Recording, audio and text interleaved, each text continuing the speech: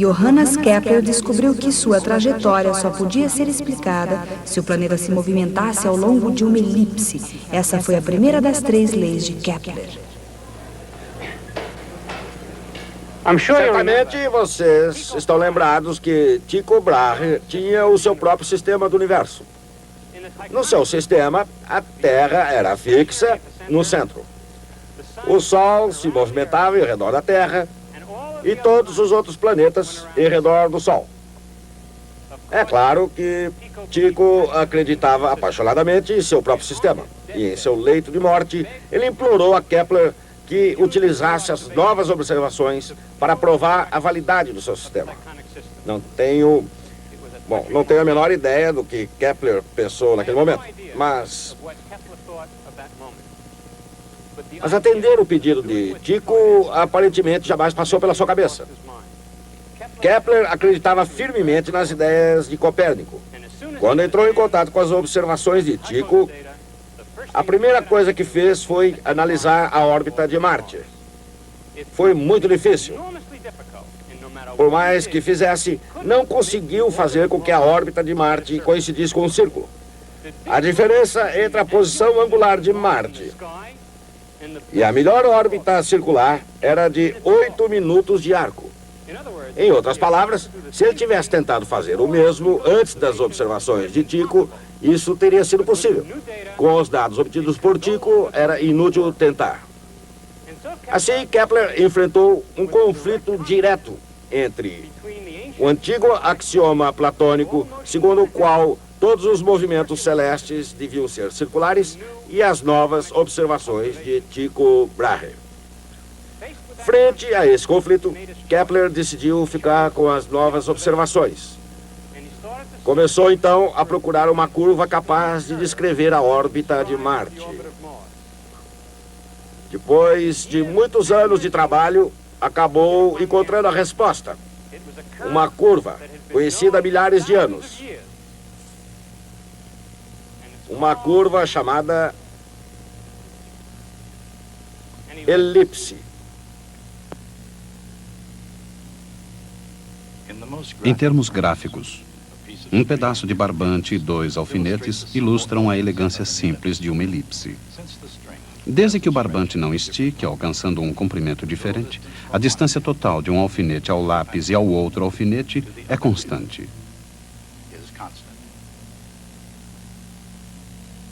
Um único foco é chamado focus. 2 focos, o foci. O comprimento do semi-eixo maior é A. O comprimento do semi-eixo menor é B. A região limitada pela elipse tem uma área igual a π a B. A distância do centro a cada foco é uma fração de A, EA. O símbolo E representa o grau de excentricidade.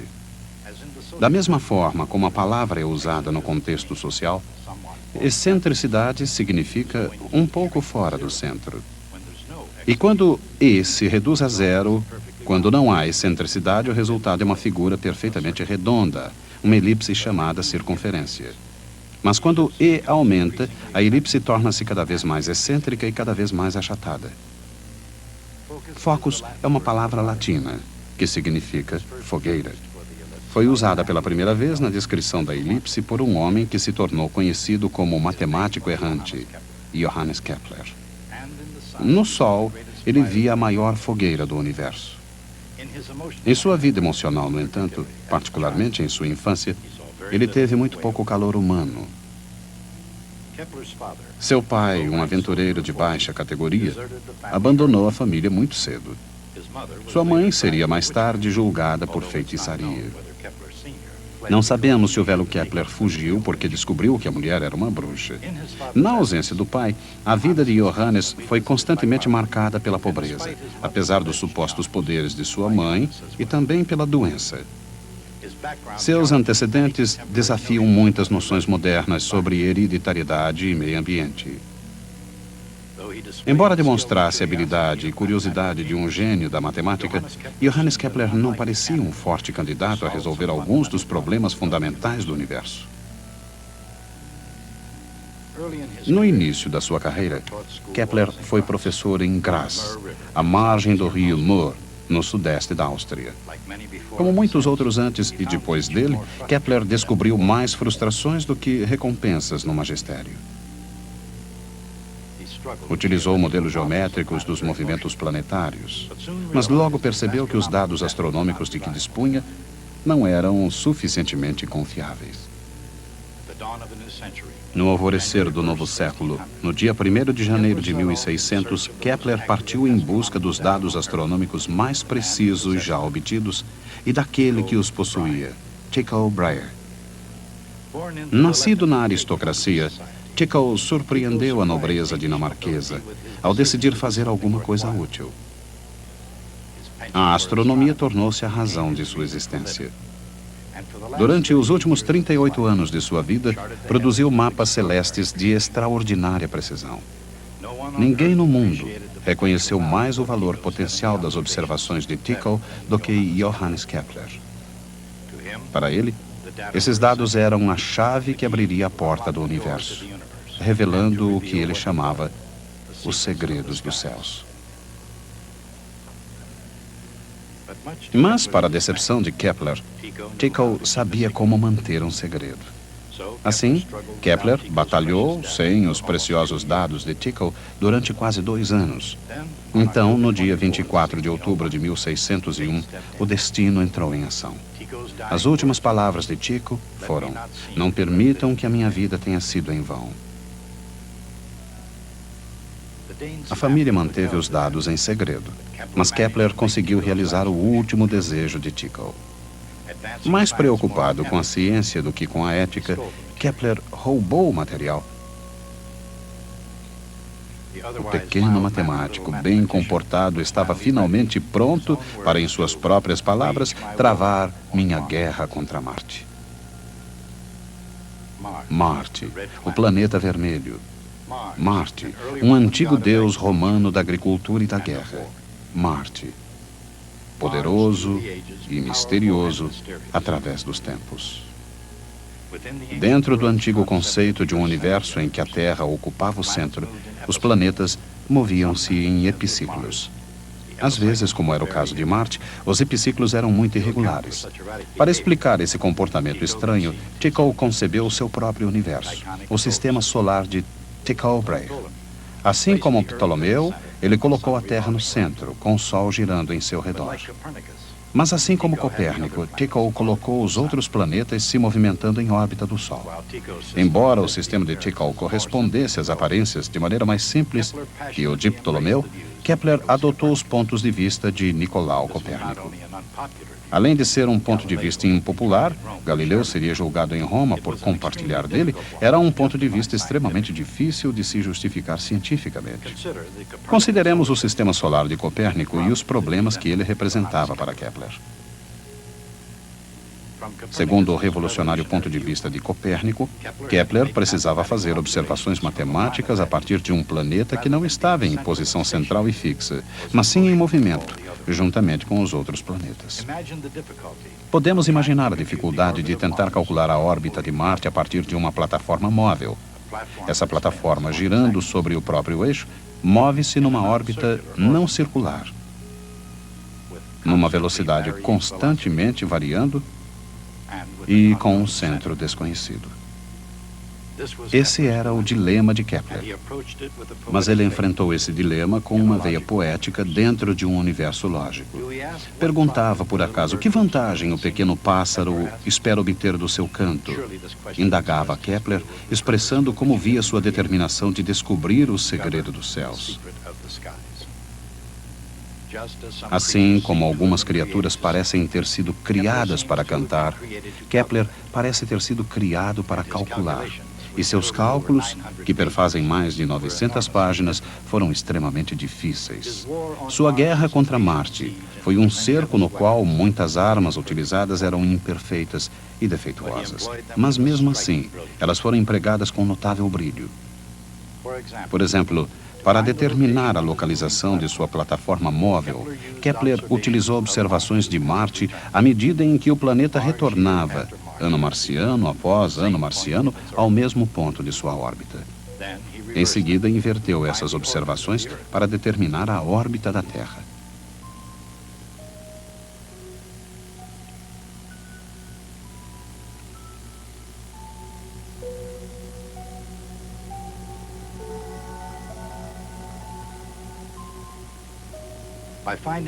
Ao encontrar uma circunferência, muito embora ela não estivesse exatamente centralizada no Sol, Kepler dera um passo na direção certa.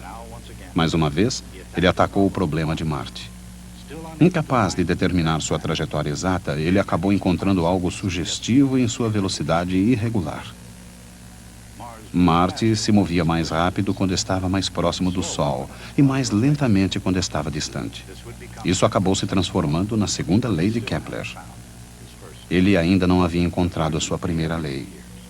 Aproximadamente a cada 2 anos, o Sol, a Terra e Marte estão em oposição. Observada da Terra ou do Sol, a posição de Marte é a mesma. A partir de outra observação, 1 ano marciano depois, Kepler pôde triangular um ponto preciso na órbita de Marte.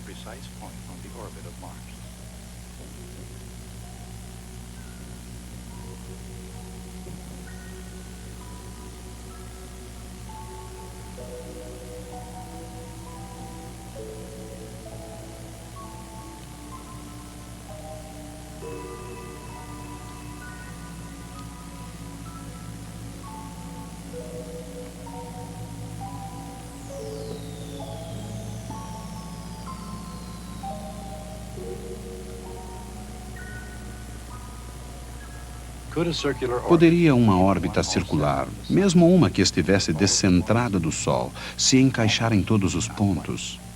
Quase, mas não exatamente. Isto é, não de acordo com a precisão inigualável das observações de Tycho Brahe.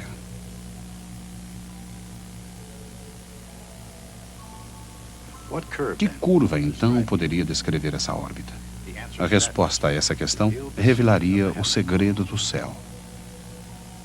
Com o Sol em um foco e uma órbita oval, um círculo ligeiramente distorcido.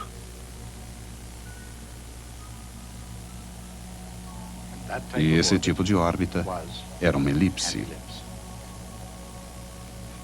A elipse, já conhecida dos antigos gregos e redescoberta nos céus por Johannes Kepler, pode ser observada à vontade aqui na Terra.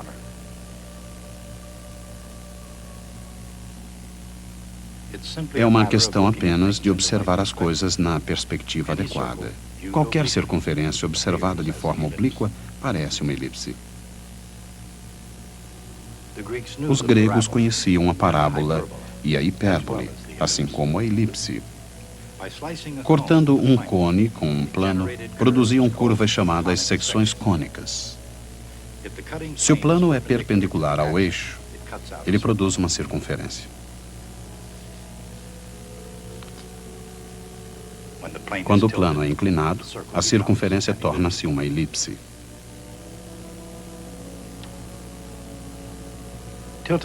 Inclinando-se o plano o suficiente para que fique paralelo a um lado do cone, obtém-se uma parábola. Inclinando-se o plano ainda mais, a secção cônica torna-se uma hipérbole.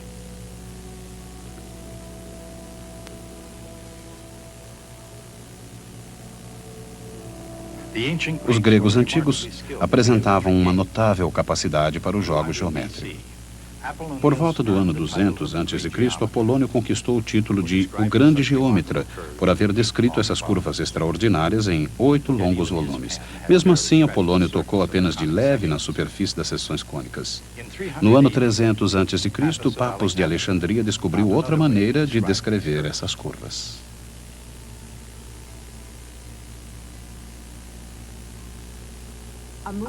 Um ponto móvel traça uma secção cônica quando a sua distância de um determinado ponto fixo, foco, possui uma razão constante com sua distância a uma reta fixa, diretriz. A razão das distâncias é a excentricidade E. No caso da elipse, essa razão é inferior a 1 e revela a distância que o foco se encontra do centro.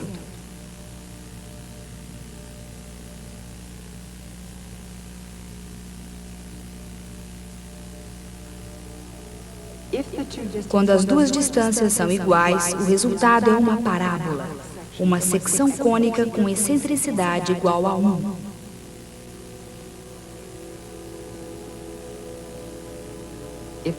Quando o ponto está mais próximo da diretriz, o resultado é uma hipérbole, com excentricidade superior a 1.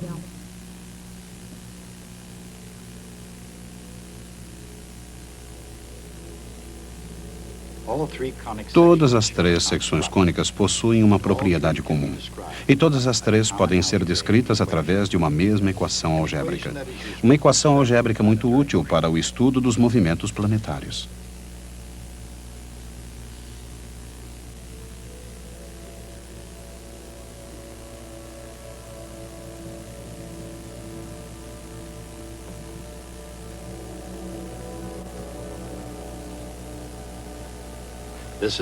Esta é a fórmula básica para a descrição de todas as secções cônicas, a elipse, a parábola e a hipérbole.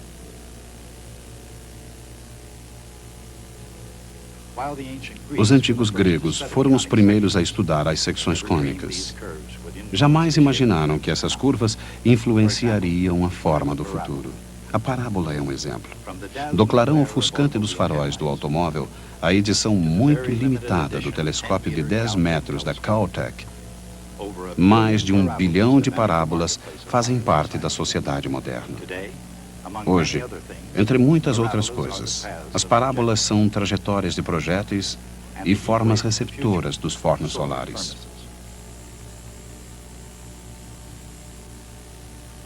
Claro que Johannes Kepler jamais imaginou que a hipérbole e a parábola podiam ser encontradas nos céus. De fato, a utilização da elipse por Kepler, no caso da órbita de Marte, só foi possível porque ela era a única órbita planetária excêntrica o suficiente, aproximadamente 0,09, para ser considerada não circular. Caso tivesse declarado sua guerra a qualquer outro planeta, Kepler provavelmente teria morrido acreditando que os círculos reinavam supremos em todo o universo. Quando pôde, Kepler escolheu bem suas batalhas. No caso dos dados de Tycho, ele foi vitorioso ao descobrir que a elipse, tão boa para representar a órbita medida, constituía o segredo matemático da criação de Deus.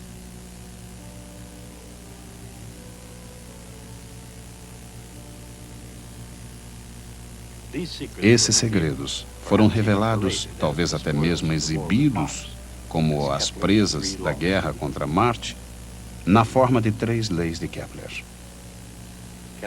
A primeira lei de Kepler afirma que cada planeta se move numa elipse com o Sol em um foco. Durante sua guerra contra Marte, Kepler descobriu sua segunda lei. Uma linha ligando o Sol a um planeta varre áreas iguais em tempos iguais. A segunda lei de Kepler permitiu cálculos de precisão assombrosa de distância e velocidade.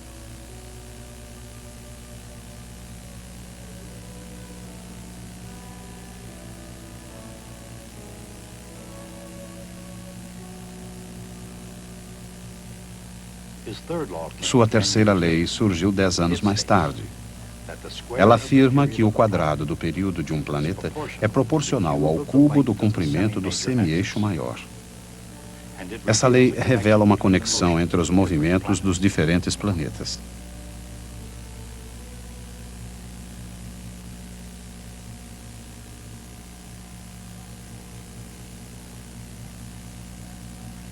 Mas em 1619, o ano em que Kepler publicou sua terceira lei, estava sendo travada a Guerra dos 30 Anos, um conflito muito mais próximo do que Marte.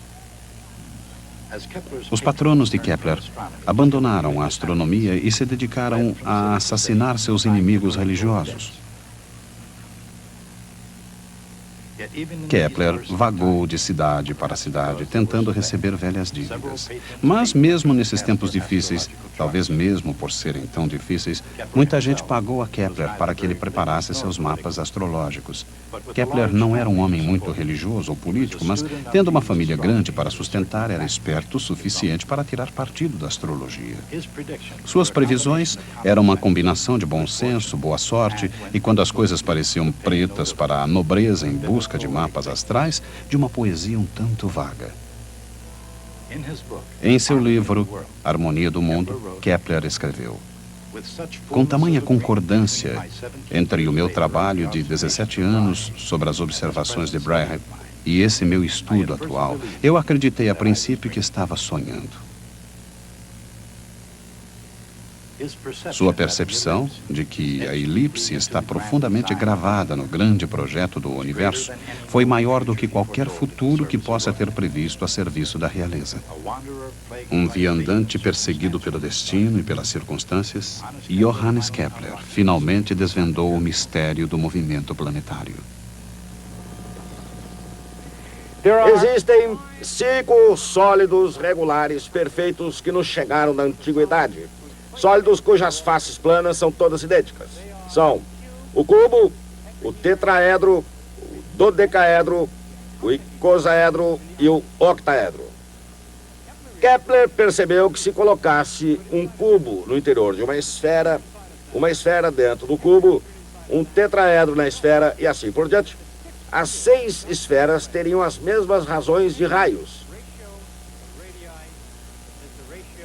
como as razões das órbitas dos 6 planetas.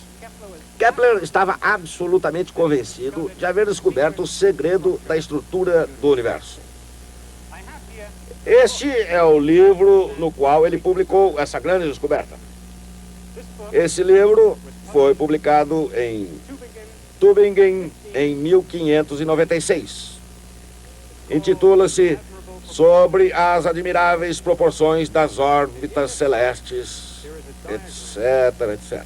No livro há um diagrama com o modelo geométrico de Kepler. Aqui está. A propósito, existe algo muito interessante em relação a esse diagrama. Nele aparece a data de 1597, um ano depois da publicação do livro. Aparentemente, o diagrama ainda não estava pronto quando o livro foi publicado. Foi enviado um ano depois e colocado nos exemplares do livro. Analisando hoje o incidente, tendemos a achar que essa imagem de Kepler, de um céu repleto de cubos e tetraedros, é estranha e tola. Mas gostaria por um momento de considerar seriamente essas ideias e verificar realmente em que consiste. Em primeiro lugar, numa época em que quase ninguém mais acreditava em Copérnico, este modelo é essencialmente copernicano. Ele não faria sentido sem o Sol no centro. Em segundo lugar, foi só muito mais tarde, na época de Newton, que começamos a imaginar um universo unido por forças invisíveis. Antes de Kepler, o universo era um plenum. Isso significa que estava cheio de esferas de cristal. Kepler substituía as esferas de cristal por esses sólidos geométricos perfeitos. A ideia de Kepler era ousada, mas, ao mesmo tempo, solidamente fincada na tradição científica de sua época. Em terceiro lugar, foi uma ideia de muito sucesso. Sua imagem explicava as razões das órbitas de todos os planetas conhecidos. Ele oferecia uma razão pela qual deveria haver 6, exatamente 6 planetas, porque havia 5, exatamente 5 sólidos regulares. Finalmente, o modelo serviu para motivar Kepler no gigantesco trabalho desenvolvido durante toda a sua vida, um trabalho que conduziria às suas grandes leis. Todo esse trabalho serviu para justificar essa imagem que ele teve sempre em mente. Sua ideia estava errada, mas errada por uma razão científica legítima. Por exemplo, ele dizia que devia haver 6 e apenas 6 planetas. Sabemos hoje que existem 9 planetas, talvez até mais. E, portanto, essa ideia está errada. Essa previsão, ela faz uma previsão incorreta. Não se trata de uma teoria do universo viável, mas não deve ser ridicularizada. O valor de uma ideia científica não reside em estar certa ou errada. Reside em sua capacidade de nos conduzir a novas ideias e de nos levar ao progresso. Desse ponto de vista, o modelo maluco de Kepler, que acabaria se revelando equivocado, no entanto, segundo qualquer padrão razoável, deve ser considerado uma das mais importantes ideias científicas da história. Até a próxima vez. Embora o modelo geométrico de Kepler seja incorreto, ele o levaria a descobrir 3 leis que descrevem os céus com precisão. Cada planeta se movimenta em torno do Sol ao longo de uma trajetória elíptica com o Sol em um dos focos. Uma linha ligando o Sol a um planeta varre áreas iguais em tempos iguais. O período da órbita de um planeta ao quadrado é proporcional ao cubo do seu semi-eixo maior.